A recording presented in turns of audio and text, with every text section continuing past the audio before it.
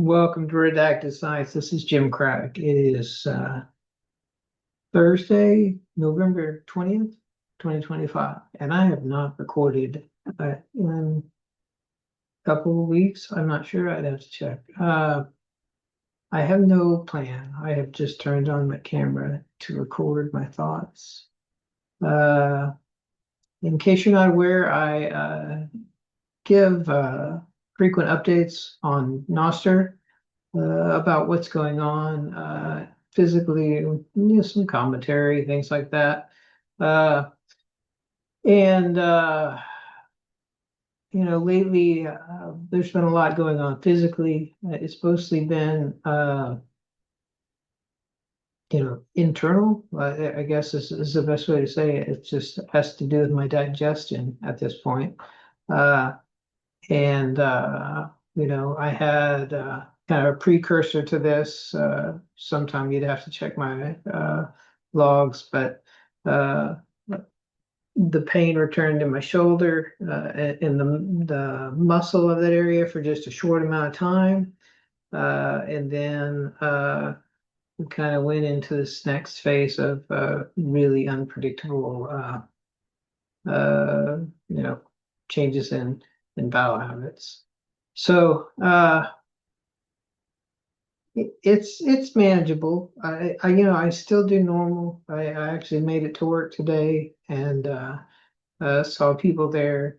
Uh, the pain level isn't that high, and if you lean back, it helps. So you don't have pressure down there.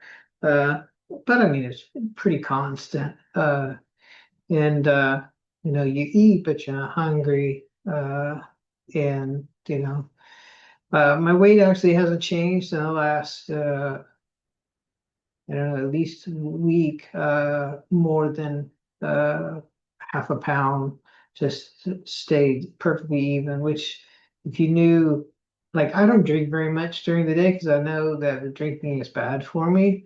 And so, I drink, I don't know, maybe 32 ounces total in the day, which isn't a whole lot. Uh, and uh, I don't eat a whole lot. So honestly, you would expect like my weight to go down. I should be losing weight. I should look, but everything's apoptotic, sorry. And so, there's nothing there to go down. It's just that's the way it is right now. It's already, had all the gradients changed and all the fluid exchanged and the electrolytes embedded and it can't grow into the fat cells can't grow larger. You can't have more volume pumped into that area because it's locked down. uh, so uh, it, you know it's interesting. I'm just trying to document the process. It's a redacted condition. And if you've seen any of my other updates, you know that this is something that I found in a book in the most odd of places. I had committed myself because I couldn't sleep. And I found it in a mental institution, honest to God. And it's the craziest thing. And uh, I found this article, I replicated it while I was there to save myself from the condition that put me there. And it turns out that that is kind of science that they decided to redact. And so you can't find that anywhere now. And it's the strangest of things because at the time when I read it, it was so vivid and so just interesting and had so many levels to it. And I just, I committed so much of it to memory that, as my life has progressed and I've gone through these stages, they're reflected in everything that I read at the time about what these people would go through. And I've tried to document it and write it down at different points, and I just couldn't do it until ChatGPT came out, and And so I wrote a book. It's called Redacted Science, and it explains kind of my past, what I've been through with this condition, and the onset, every single step, and it gives you, what's actually going on here scientifically. But at the same time, I try to be a little entertaining, and then it leads to conclusions that. I don't think, well, I know that I didn't expect when I first started going through all this, and even when I read that article and everything, it took me until just the last couple of years, as I've gone through so many different uh, changes in this just a linear path. You can just feel it moving and breaking down barriers, and you realize how complex this mechanism is, and the fact that it's all brought on by this combination of situations, and having a fungus at the heart of it that is basically causing all this to happen. You come to this kind of just shocking conclusion of coevolution that I present in the book. And so, it all I try to do now, I've proven what's in the book, in my opinion, by going to the Cleveland Clinic and getting a blood test that shows, levels of not electrolytes and things like that. We're talking oxygenation and acidity and things like that just shouldn't be able to exist in a person that's walking around. Uh, and I mean, that was a very hard trip, and it was months ago. And I can tell you that most days are existential. Uh, and that sounds ridiculous. But because they redacted it, and I know how it ends, and I know that there are these many steps and mechanisms, uh, and that it ends rather abruptly, okay? Uh, it's you never know where in that process you are, and you would, if that literature still existed, if that science was still around, you would be able to say, yeah, okay, and you could go to the doctor and they would be able to look at you, and you could monitor your condition, and you could do the things that you needed to do to prolong the phases that you went through, okay, because you would know exactly what to do and what not to do, instead of just knowing. Okay, for example, like me, I know a whole bunch of things I should and shouldn't do, but I don't know what phases I should or shouldn't be doing those things in. And that's hard to understand without reading the book. But uh, uh, it's so as a result, everything becomes existential after a while. And you think that you can't have almost 4 years of that. You can. I've lived it, and at first it's just mind crushing. Okay, and I just had to check out for about a week from work and just think about things. Uh, and then, I made a decision that I was going to give 100% of what I could give, and never really get upset about the situation, that the fact that there is no doctor who can actually tell me that this is what I have, because somebody out there decided to take it away from science. And so I've just been living like that. And as I've lived like that and seen all these things that I'm going through, and kind of document them with videos and journals and things like that, uh, it became obvious to me that this is coevolution, because if it's a condition that is basically caused by a fungus, or that fungus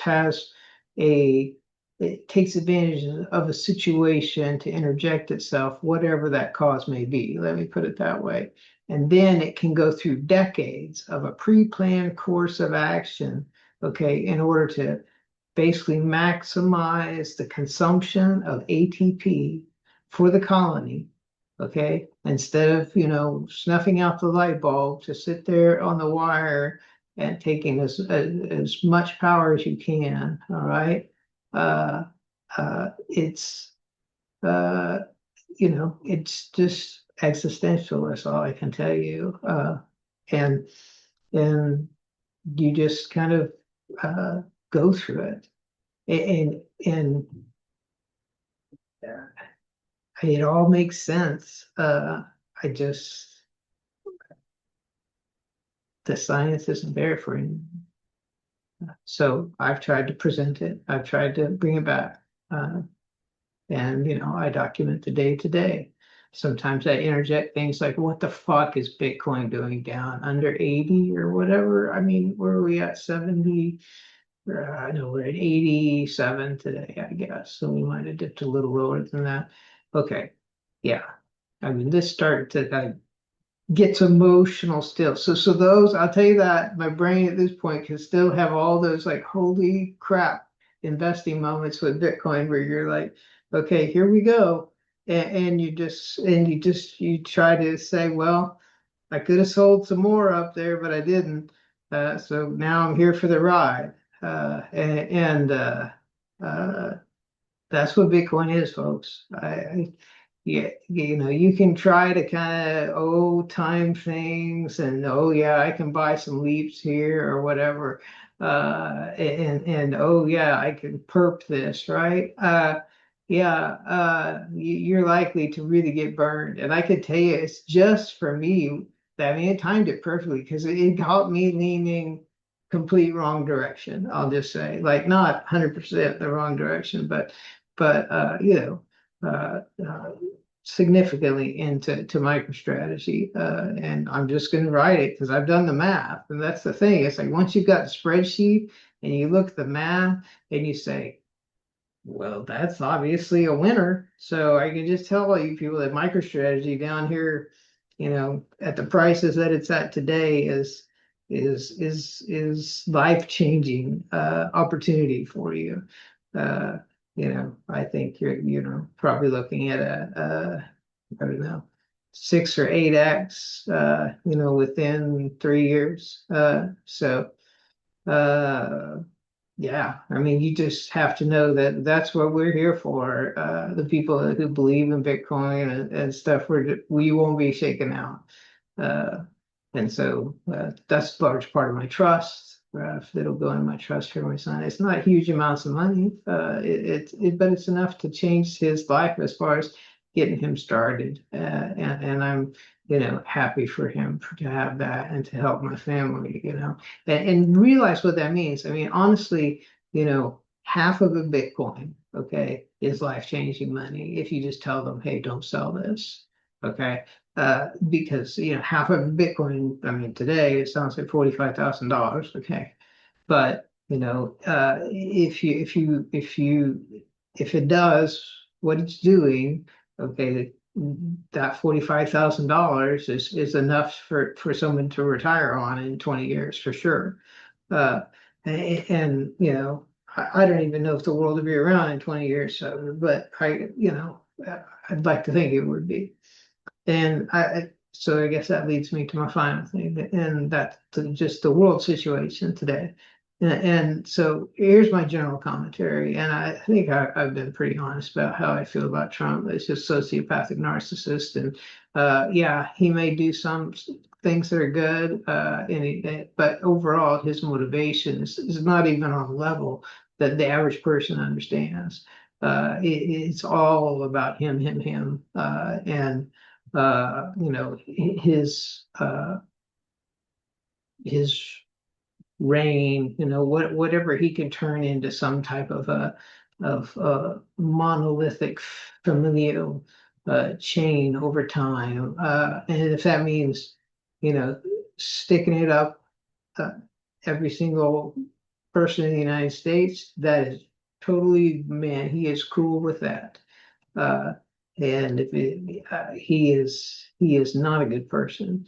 And so I think that, all the tariffs on, tariffs off stuff. I mean, if you look at it as like, oh, he doesn't know what the hell he's doing. Uh, it doesn't make sense. But if you look at it as if he does know what he's doing, okay, he, knowing that the result of that is that most businesses can't really uh, forecast long range expenditures for anything manufacturing related that involves the import of export of goods uh, because they don't know what the tariffs are going to be.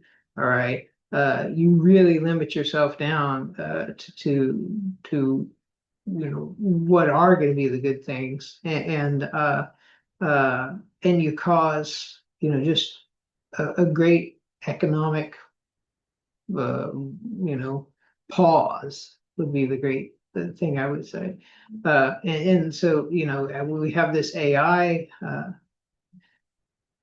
motive that is countering that right now uh, I don't know. I see a great possibility that he's trying to roil the markets into some type of what can we blow up and cause the system to have to print, okay? And I don't know where you come out on the other side of that, people. Uh, I really don't. Now, maybe that's not what this is, but it really looks like what it is. I mean, if you assume he's evil and he does things with a purpose, and the result of his actions were the purpose of him doing it, then you have to say, well, the result has been that you got a lot of businesses who are really having a hard time right now. You got a lot of people who aren't getting raises, and you're still allowing H-1Bs to come in, and everything has turned corporate, and that's why everything is getting more expensive. It's because of the profit motive for the companies that have to have the growth on their stock price. All right, and it's too late. That's where we're at. It's like we have gotten to the point where we've screwed everybody so much in order to drive up the price of the stocks that everything's too expensive, all right, and people can't afford it anymore. And so a plumber is charging you $250 for an hour's work, all right. And that's you see the inflation, okay, and there's absolutely nothing you can do about it. And I mean, we're on the breaking point. I think when people say, "Oh, the inflation is not so bad," but you have to take into account the fact that nobody's making any more money.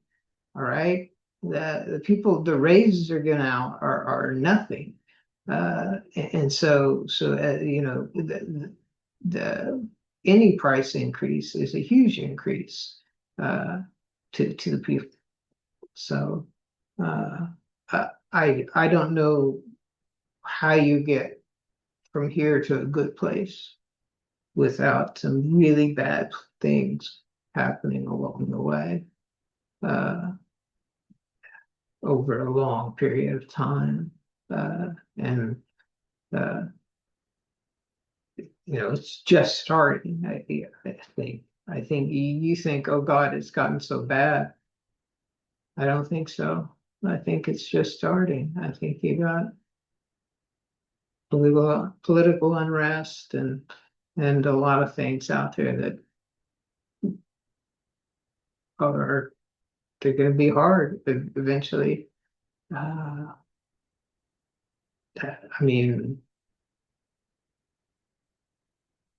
climactically hard. I don't know what that turns into, but that's where it's going, and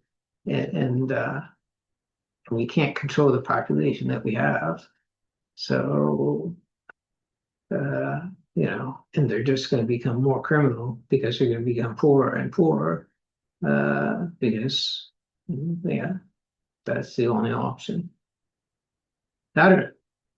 That's me thinking out loud, folks. Hey, that's Redacted Science. My name is Jim Craddock. I've got terminal onset diabetes insipidus with candidiasis major, which was discovered in the early 20th century.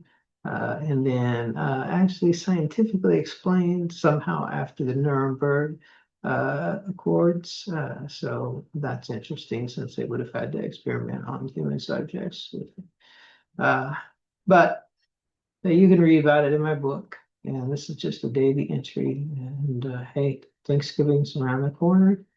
I just made a pie today. Actually, yesterday, a chocolate bourbon pecan pie.